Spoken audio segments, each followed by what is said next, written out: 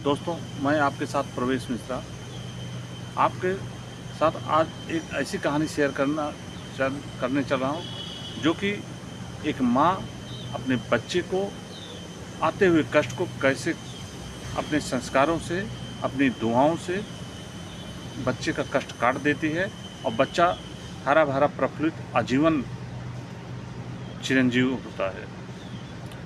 मैं उस बच्चे की बात करने चल रहा हूँ, एक मार्कंडेय ऋषि के रूप में जाने जाते हैं।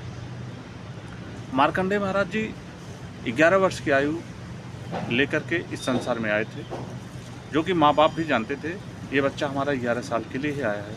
लेकिन माँ ने अपने तपोबल से, अपने ज्ञान से बच्चे को चिरंजीव करवाने का पूरा श्रेय रखा।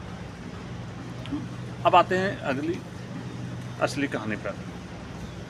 सबसे पहले माँ ने अपने बच्चे को सिखाया, बेटा आपके दरवाजे पर कोई भी आए, या चाहे ऊंच जाति हो, चाहे नीच जाति हो, चाहे किसी भी जाति का हो, आप जाति को मत देखना। सबसे पहले उसके पैर के पास पहुंचकर दंडवत प्रणाम करना, क्योंकि माँ जानती है अगर हमारा बच्चा सैकड़ों लोगों से प्रणाम करेगा तो एक कोई सिद्ध पुरुष या कोई एक भगवान के रूप में आएगा, इसे आशीर्वाद जरूर देगा और हमारा बच्चा एक सफल हो जाएगा।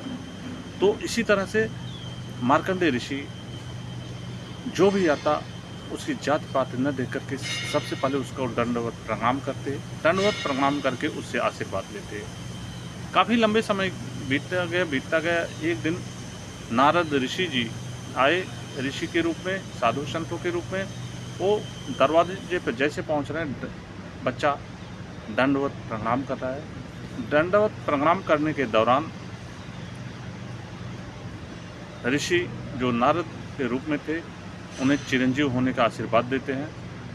और बच्चों का स्वभाव ही होता है किसी बात पर तुरंत क्वेश्चन कर देना। तो मार्कंडेय जी ने भी क्वेश्चन कर लिया, महाराज मैं कैसे चिरंजीव हो सकता हूँ, मेरी आयु ही 11 वर्ष की है। नारद जी सकपका गए, अब तो मैं फंस गया। नारद जी ने कहा चलो हम अपने से भी अच्छे संत के पास ले चलते हैं। तो नारद जी बोले चलो। तो बच्चा भी साथ में पीछे पीछे गया। वो जैसे ही ब्रह्मा जी के आश्रम में पहुंचते हैं, ब्रह्मा जी के दरबार में पहुंचते हैं, उनके दरबार में पहुंचने से पहले बच्चे को अर्थात मार्कंडेय महाराज को सिखाते हैं कि बेटा उनके पास जैसे हमसे दंडवत प्रणाम किए थे वैसे तुरंत पहुंचते ही दंडवत प्रणाम करना। जैसे ही बच्चा ब्रह्मा जी के पास पहुंचता है तुरंत दंडवत प्रणाम करता है। ब्रह्मा जी कहते हैं चिरंजीव भव। तो नारद जी ने कहा मेरा काम हो गया, अब मैं नहीं, अब ब्रह्मा जी फंसे।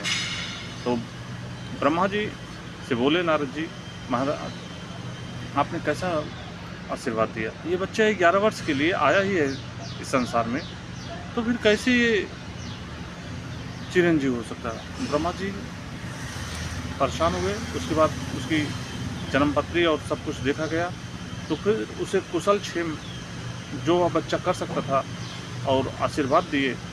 और उन्होंने कहा जाओ, आज से आप अमरत्व का वरदान है और आप अमर हो जाओगे।